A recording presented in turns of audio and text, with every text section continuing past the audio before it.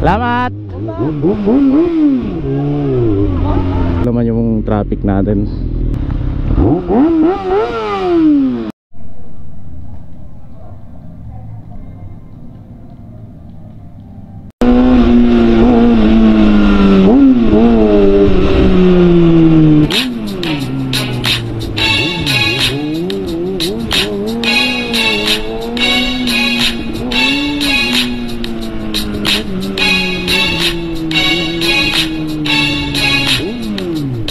Alright guys, pauwi na tayo.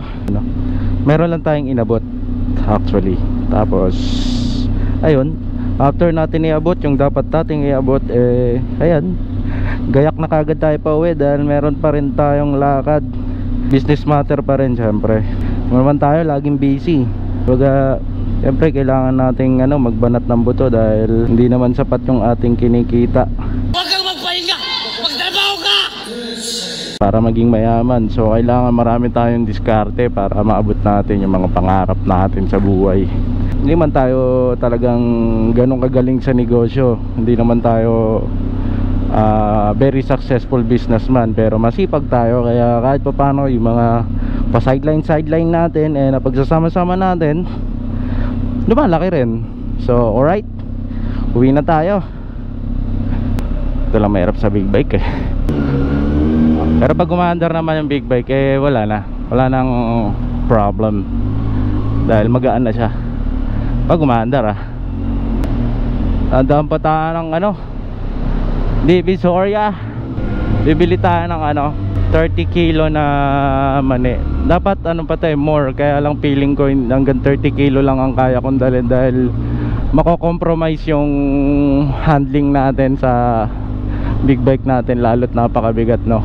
So sabi ko kay Mrs, hanggang 30 kilo lang, parang kalahating kaban baka. Actually ang kalahating kaban is 25, diba? So 30 kilo kaya na yon. Naka big bike ka tapos may bit-bit ka sa likod na pagkabigat-bigat. Nice. Let's go.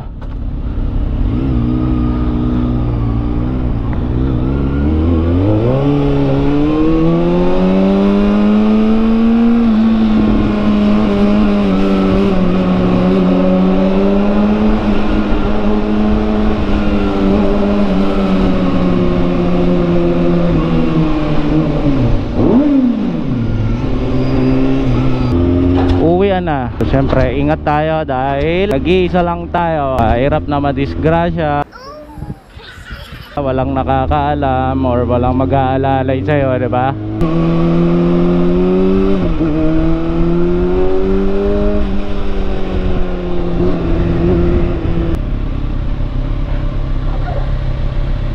Diretso na tayong Divisoria. Saan kaya pinakamagandang daan nito papuntang Divisoria?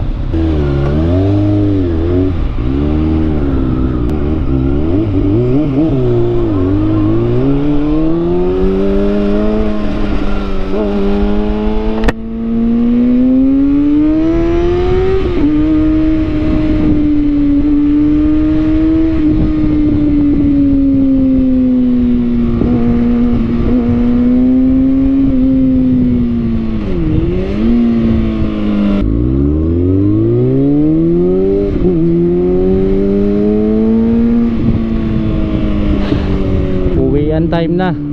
Ay hindi pa pala. Yan nga, magdidivisoria pa tayo. So after ko pa lang magdivisoria mamaya, ang mangyayari is mamimili pa ako. Mamimili kami ni Mrs. Dalawa kami.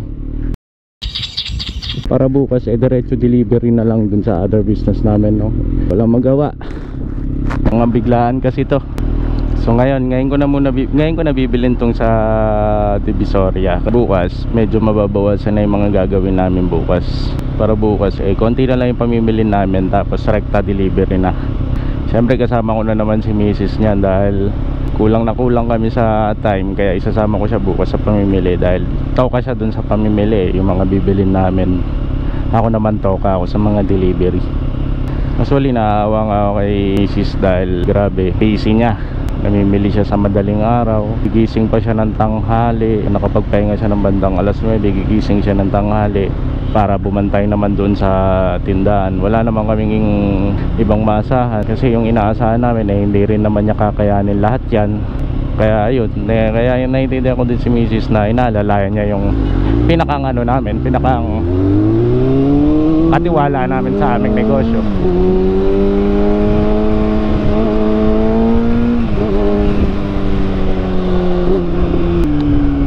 Subukan nating dumaan dito kay ano, silipin lang natin si Diwata.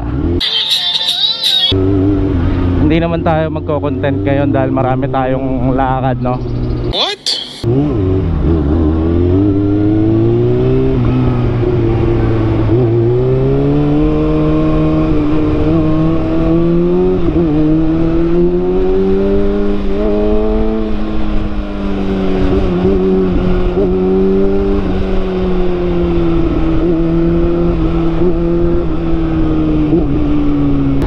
Silip tayo kay ano, Diwata. Dito yun eh. Dito lang malapit yun eh. Tignan natin kung gaano kaganda si Diwata. Hindi ko pa kasi actually nakita ko na siya dati. Pero parang ano eh, hindi ko kasi masyadong kilala, kaya hindi ko masyadong napansin, kaya hindi ko masyadong maalala yung mukha niya na siya pala yun. Pero I'm not sure kung nakita ko na siya dati na in person, kasi hindi pa doon dati yung pwesto niya eh.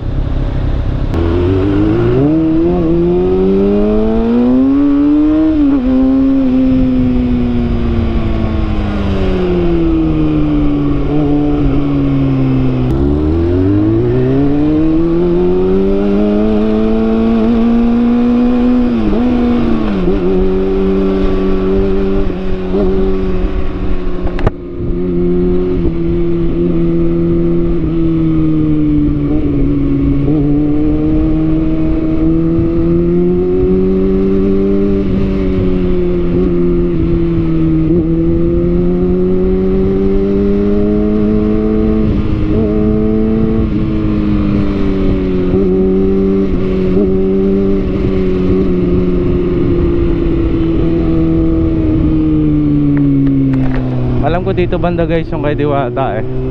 Daanan ko to lagi eh. So, tingnan natin kung marami pa ring tao pagka ganito katirik na araw. Oh, may nagta-traffic na. Oh, grabe.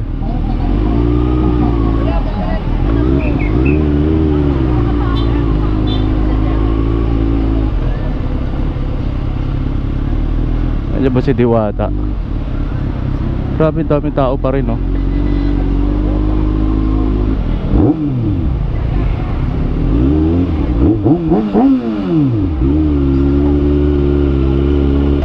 Grabe oh. Yaman naman, tanghali pa lang yan, napakarami ng tao.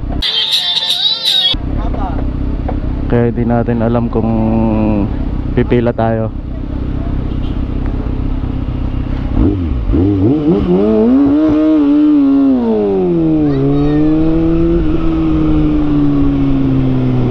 Saka na tayo pumila ron. Napakaraming tao. Baka abutan tayo ng siyam-siyam dun eh pagka pumila tayo, di ba?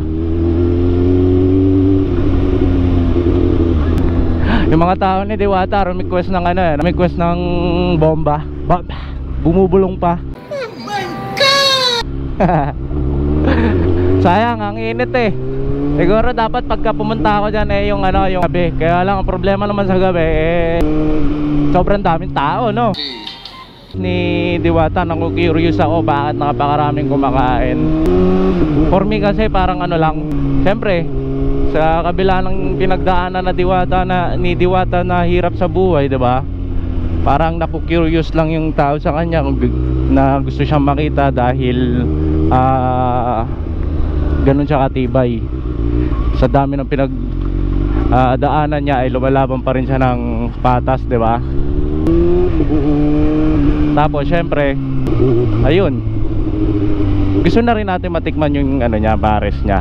Iba't iba kasi yung pagkain niya ron eh. Kaya tikman natin. Nagkaroon tayo ng pagkakataon. Subukan nating vlog Subukan lang natin na araw-arawin, di ba? Malay mo, di ba? Makita pa natin si Diwata doon, di makapagpa-picture pa tayo sa Diwata.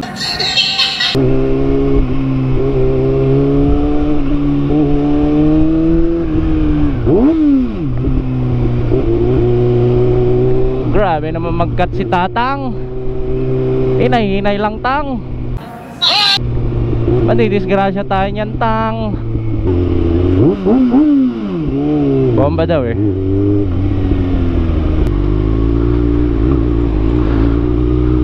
Ang init. Hindi na malaman kung saan dadaan eh. Grabe na ito. Nagpudot.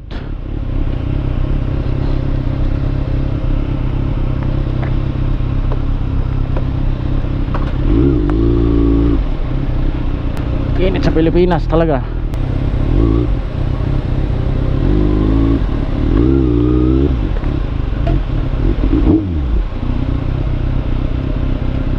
Init na pa, susuko ka sa ganito kainit tapos traffic pa, no? Tapos ka talaga. Oh my God.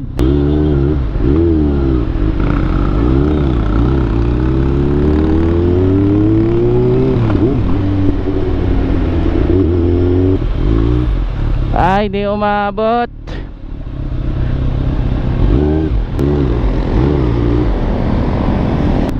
Siguro makakauwi tayo sa bahay mga before 5. Kasi dadaan pa tayong Divisoria, medyo madaming proseso pa yun eh. Mamimili pa dun eh. 5 siguro. Ang kulit ni tatay, meron siyang gulay sa ulo niya, panis. Ano yan tay? Pinapalanta mo ba yan tay? Sipag niya, nag-grab siya pero naka-bike lang. Kaya tularan nyo mga tol. Napakasipag. Tumatayo yung balahibo ko sa sobrang init Hey, wag kayong lalabas ng mga may high blood. Talagang nakakamatay yung ganitong init Gusto nyo pandagdagan yung buhay nyo, huwag kayong malabas ng ganitong kainit ang panahon. Sobra. Tapos iinit pa daw yan. Ako, hindi ko na ma-imagine. Ngayon lang tayo ng balahibo ko sa sobrang init.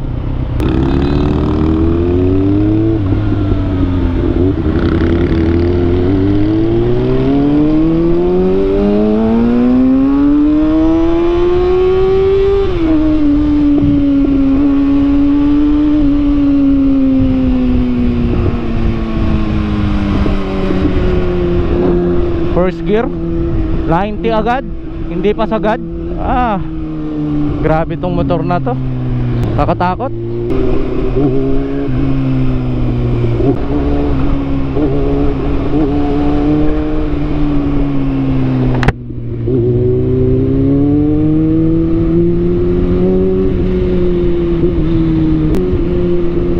Come on,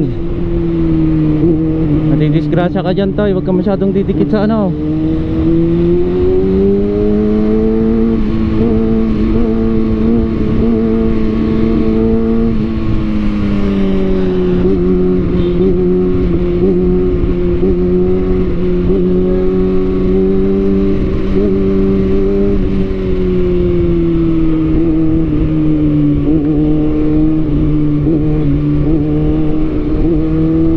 talaga magmotor na walang side mirror pag nakatiklop.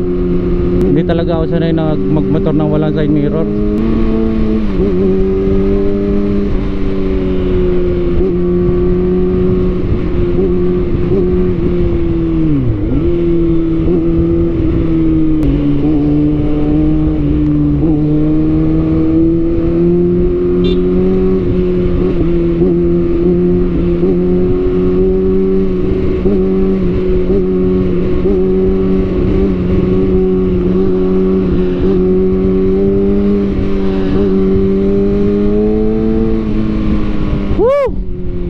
Sarap ang motor.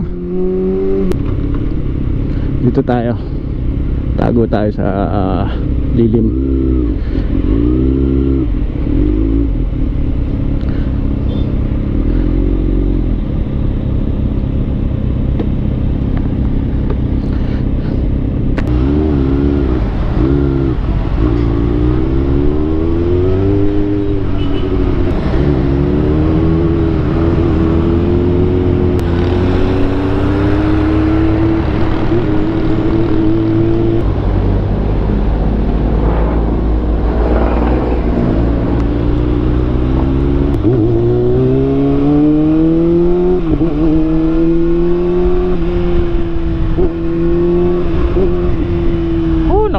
na naman yung bewang ko. Saus.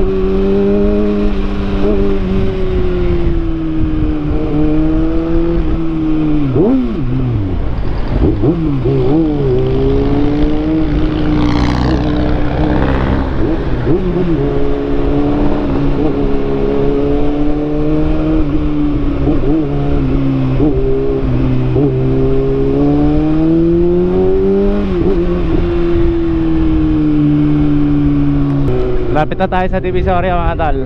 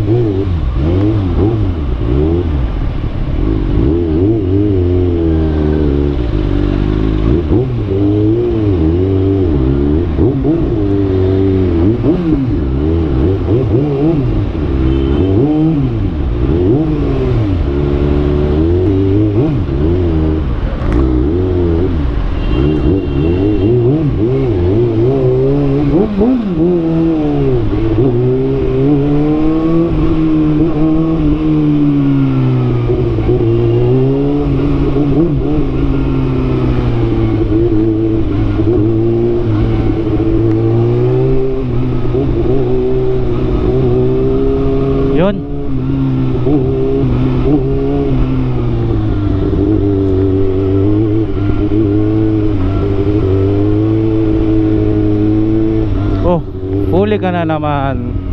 Diyan ako lagi nahuhuli, diyan sa lugar na yon. Pag doon ako dumadaan, maingat ako.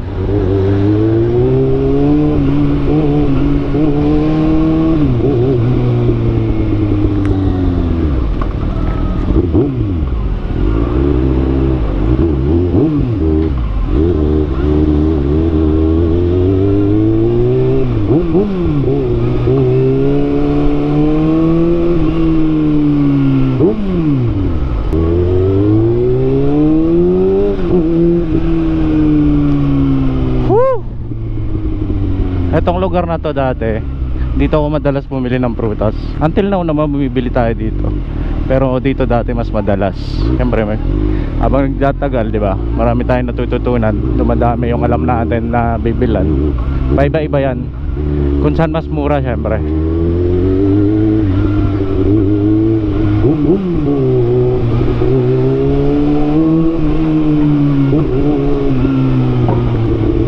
Sakto pala tong labas ko dito.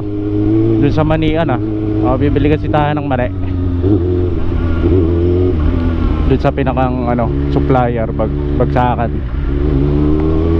Meron kasi silang imbakan dyan eh. Talagang iba't ibang klase ng peanuts. Dyan ang bilihan.